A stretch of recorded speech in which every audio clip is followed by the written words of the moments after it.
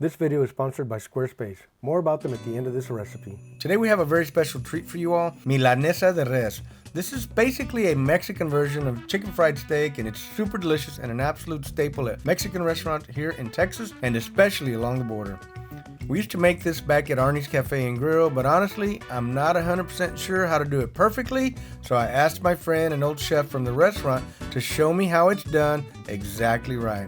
Clemente Rosales is a badass chef. He's worked at several high-end restaurants as a kitchen manager and now runs Rosales Catering down here in the RGV. We're going to use some white flour, APCOG, which is salt, pepper, and garlic. We're going to use 2 eggs, a little bit of milk, and water. So a lot of these dishes and recipes, you have to just kind of use your own little judgment. It depends on how much you're going to make. We'll go ahead and try to more or less measure out the ingredients that we use for you guys. All right, so all you need is a food processor or a blender. We're going to use this one today. For the breading, we're going to use just plain old saltine crackers. So let's get these crackers in here.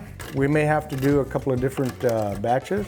All right, we're going to get started with about half of the crackers that we're going to use for today. I like this blender. ¿Cuánto me cuesta esta? All right, we got half of that done. We're going to add some more crackers. We're going to put all the crackers we can squeeze in here.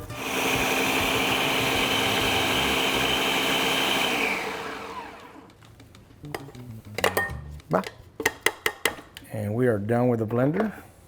All right, so you see you want this powder to be nice and fine. These are the saltine crackers, and that's the way you want your texture. All right, first thing we're gonna do is we're gonna crack 2 eggs in our little dish here, and we're gonna whisk them. We're making our batter. We're gonna use a little bit of milk, and we used 1 cup of milk. We're also gonna add a little bit of water. It's gonna be about a half a cup maybe. Once your wet ingredients are all mixed up pretty good, we're gonna shake a little seasoning on here. Now we're gonna use some OG salt, pepper, garlic, but you can use whatever you like.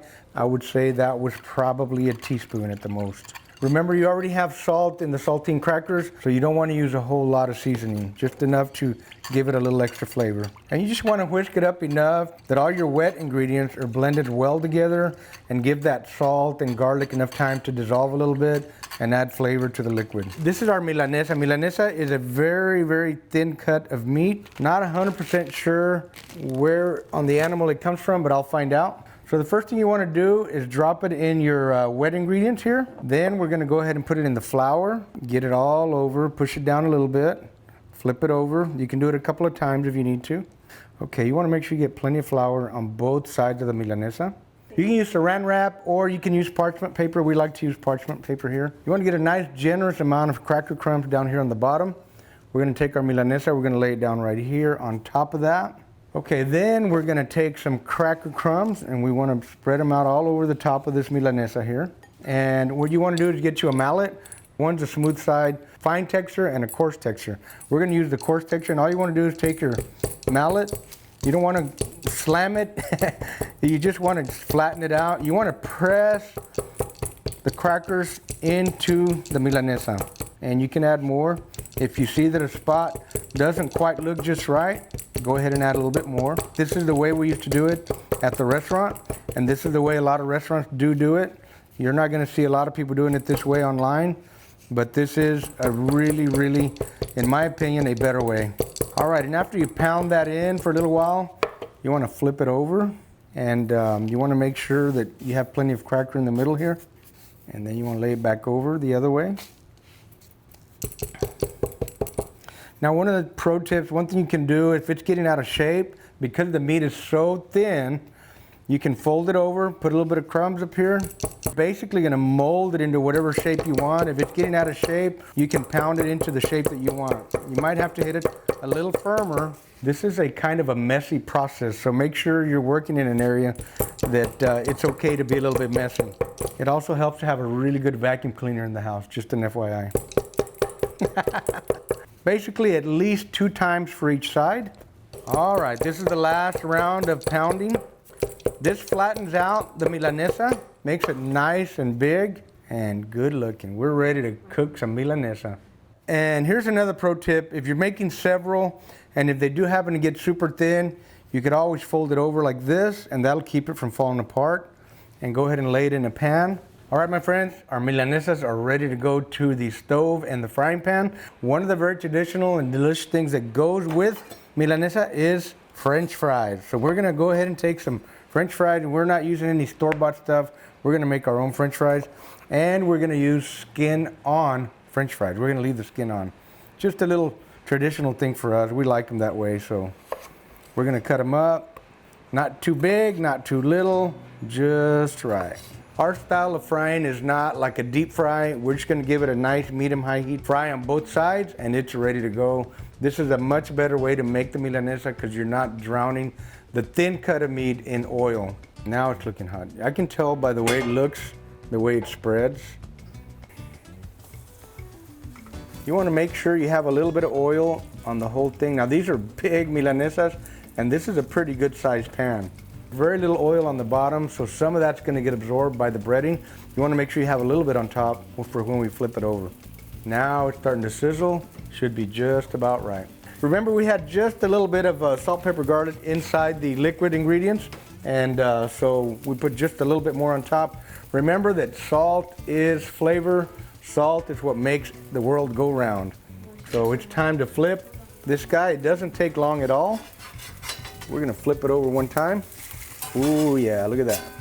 Looking good. This one got a little bent here in the middle. All right, we're gonna use our made-in press, kind of flatten it out. It gets nice and toasty on the bottom. We're looking for that Maillard reaction, just like when we're barbecuing. We're actually gonna flip it a couple of times. Oh, that crust is starting to look really nice. It's forming to the pan a lot better now. It is normal, it is gonna shrink a little bit. Remember, this is beef. It does not have to overcook. You kind of want it to just be a medium to medium well done temperature wise. We're not checking temp, but as thin as this is, all you really want to do is get that breading nice and toasty and brown. One more flippity flip. While we're on the last flip there, we're going to drop a few potatoes over here in our made-in stainless steel pan. We're just going to do a couple of different batches. All right, it's time to get this milanesa out. Look how pretty that turned out after all. Look at that, beautiful. It's time, get it out. All right, we're gonna give our pan a little wipe, and we're going in for round 2. And again, you don't want too much oil, just enough to wet the surface on the bottom. It's time to lay down milanesa number 2. And don't forget to drizzle a little bit of oil on top. Doesn't take a lot. So we're basically pan frying it, but without too much oil. We're gonna press down on this milanesa just a little bit. We're gonna give it a little flippity flip. Press down on it just right here, and you guys watch it, it's gonna shrink up just a little bit. While that's going on, we're gonna drop a couple more potatoes over here. Uy, whoops. Un murero que hago, oiga. Estoy desgraciado. Buenísimo para hacer murero. All right. Flippity flip. Ooh, that's looking nice. That one's prettier than the first one. I'm getting better as I go.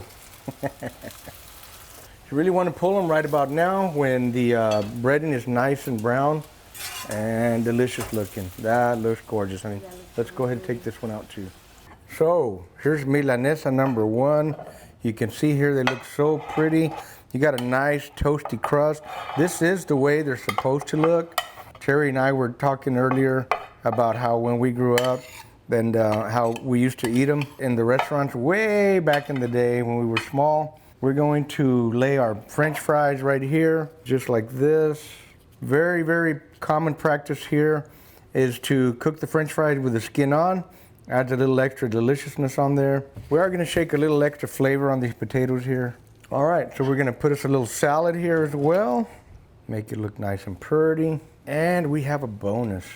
We've got some rice right there, just like that. How about that?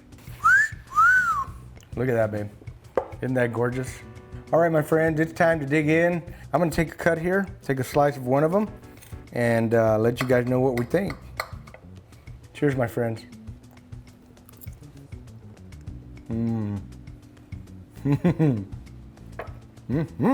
Very good flavor. Bien rico sabor. It's not too toasted or anything, it's just right. Perfect. One more bite. All right, I need my camera lady to taste this because it's super good. Here you go, baby. Yumbly in the tumbly. Give me a plate. No fork for the papa. Very good.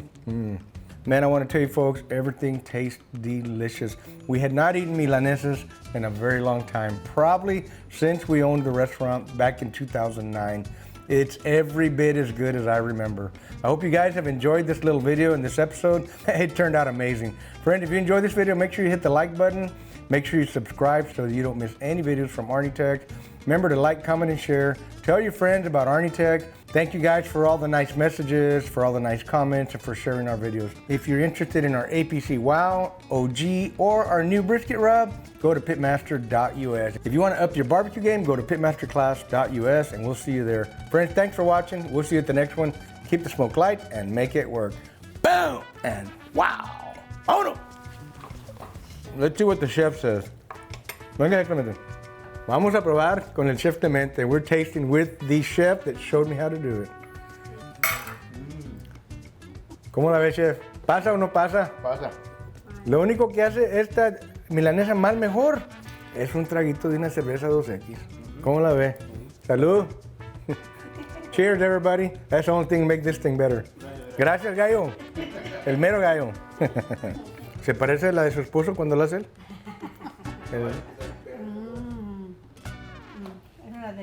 Thanks again to this video sponsor, Squarespace. Squarespace is an all-in-one platform where content creators and entrepreneurs can use powerful, easy-to-use tools to stand out online and succeed. Squarespace's blogging tools are a powerful resource to share stories, photos, videos, updates, and even recipes. You categorize, share, and schedule posts for your convenience to get the most out of your content. Squarespace also offers email campaigns that can drive sales and engage your audience. You can easily collect email subscribers, build connections, and repeat business through regular email updates. You can also introduce your brand to new subscribers with welcome emails, announce an upcoming sale, or send your top customers a discount code. You can also use the built-in analytics to measure the impact of every send. And one of Squarespace's most powerful tools is Fluid Engine, a next-generation website design system from Squarespace. It's never been easier for anyone to unlock unbreakable creativity, start with a best-in-class website template, and customize every design detail with your reimagined drag-and-drop technology for desktop or mobile. Stretch your imagination online with Fluid Engine, built in and ready to go on any new Squarespace site. Head to squarespace.com for a free trial, and when y'all are ready to launch, go to squarespace.com/ArnieTech to save 10% off your first purchase of a website or domain.